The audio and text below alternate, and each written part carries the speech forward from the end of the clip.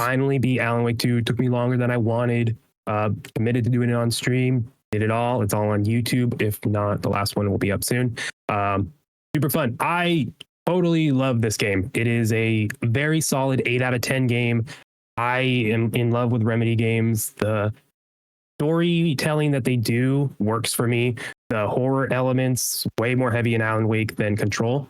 Control is my first or Control and Quantum Break, I guess. Break. But yeah, definitely way more horror this time around. I enjoyed it. It wasn't too much. The jump scares always can be a little cheap at times, but they were never too much. They were handled well, right? I enjoyed it. The frustrating parts of the game, the combat, the movement, those style of games of survival where you are clunky, you're kind of like you're walking in mud because it's not a shooter, right? It's not that type of game. Like, I got frustrated with that. I died multiple times across my whole playthrough because of me getting just like, I'm trying to do too much at once. Like, I need to slow down. Like, that was my fault. I didn't still struggle with that aspect, but the story kept me in. I wanted to keep playing because of the story. Right away, that grips me, it grabbed me. I was intrigued. I'm like, who is this Saga? What's going on? I don't think she's real. I think her whole thing is not real. If you know Shutter Island, I think she was being Shutter Island the whole time. I'm going to keep it spoiler free, but that's what I'm thinking is going on to her. I'm loving the influences and the references to other stuff that I've played, other stuff that I just know colloquially and stuff. So the story overall, phenomenal. Weird, out there, but I really love how they're able to tie in the first Alan Wake. Did not play that, but to tie in the first Alan Wake and the story of that into this and kind of continue it, where I'm like, oh, I kind of understand what went on. I kind of get where he was going with Alice and that. I truly enjoyed it. Games that do dual protagonists can be weird. I love the flow of this. You choose who to play when you want. Once you hit the end point for someone, it'll force you to the other ones. That felt so natural to me. The way my story developed by the developed photos. Whoa, that's in the game. The way it just developed for me, I loved it. Truly did. Not a perfect game by any means, but yeah, I truly enjoyed my time with it. Did we have the conversation? Did you play the first one originally, right? Or this is your first time going into first Alan Wake? Yeah, did not play the original. Didn't do American Nightmare. My first Remedy game was Quantum Break, which is a crazy first Remedy game, right? But the story, like, I liked Quantum Break because of the storytelling, the TV show. That's what really interested me. So I'm all in on Remedy doing weird shit. But first, Alan Wake, that was your question. That's I'm so curious because I think I started this for like an hour around the same time you did, and I was on the same side where we talked about before, whereas I started the first one last year, played through, terrible time, did not age well for me, had a struggle with it. Makes sense. But every time you've talked about the second one, now it's like they didn't necessarily fix everything, but changed what the game is fundamentally, where the issues I had originally aren't there. And the survival aspect is a huge part of that. The difference bouncing back between two characters story, like that sounds more intriguing to me than kind of being force-fed the story in the first one, which I'm sure was good at the time. Now I was like, okay, similar things have happened since then. This isn't as revolutionary. So the second one, it has my attention. Do I get to it before Control Resonant? Who knows, but it's always there. There's at one point in the game they just show you the trailer for Resident and I was like, oh my god, like if I got to this part, pretty much, I mean, it's not 1-to-1, but like you see it and you're like, oh shit, okay, yeah, they hinted at what was next long before. We knew that Dylan was gonna be involved with the next game. Like, they straight up hint at that at one point. So really cool. Yeah, I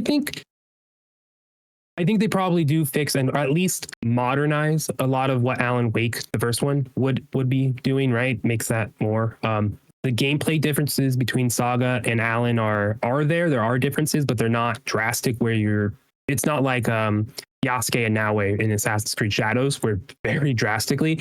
It's more Alan's a writer, so you're doing you're writing scenes and you're choosing, okay, I'm in the foyer.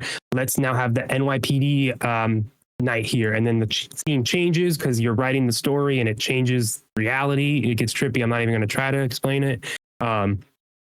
But then, so he's doing that while Saga is doing detective work. She's profiling people. She's getting in her mind palace and trying to figure out the clues and putting them on a case board. And those are two different styles, right? But kind of similar gameplay, at least the core, it feels like.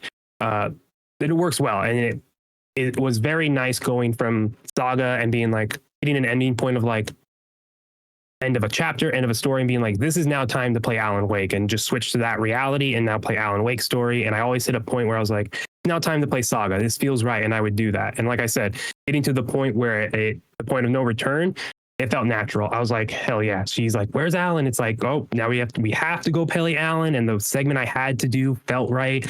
So for me, oh man, story was stellar. Shout out for Remedy figuring that out. Like for that to land at least one playthrough, you can choose how you play it. You know, I don't know if I played the way they thought you would have played it, if the order, who knows, but it landed. Bravo for that. I wonder how it would have felt if I stuck all the way with one and then switched to all the way, to Alan, right? That would have felt it. How hard years later did Herald of Darkness hit for you when you got to that? Oh my God, that whole level was awesome. It sucks knowing what happens, right? It sucks that they did that at the Game Awards. It sucks. Oh, there's a segment that they're gonna play it, but it still hits. It's still awesome. I love that song. It's the whole. It also is the story of Alan Wake as well.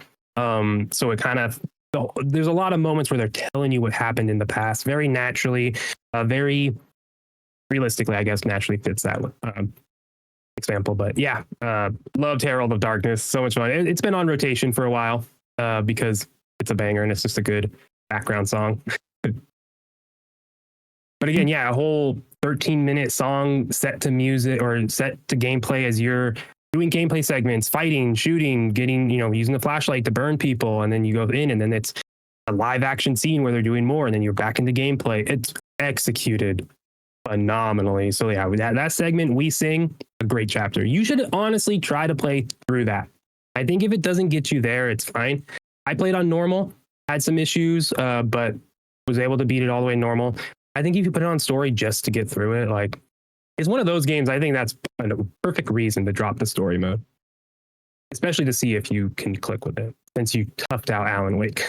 Yeah, that's great to hear that they have, because it was the combat shooting, like the actual gameplay of it was what started deteriorating for me. So I'm down for a story mode. I don't care if it's a real game. And the combat got frustrating to me whenever I was overwhelmed and I started doing too much, right? When I was like, oh, I got to dodge, and I'm not waiting for my dodge to like load again, or I'm not waiting for the right moment. It always felt on me. I want to like the game feels the way it does because that's how it feels. And I don't feel like that's bad, right? It just frustrating when I'm not playing the way it wants me to. Especially at one point when Alex Casey, Mr. Sam Lake, says, here's ammo, here's resources, and you give me shotgun. I don't have a shotgun. Stop yelling at me. Give that. I have ammo. Pick it up, Saga. Pick up the ammo, Saga. And you give me shotgun. I don't have a shotgun. I didn't have it. Like you didn't have it yet, or you just missed it? There was a point where I could have.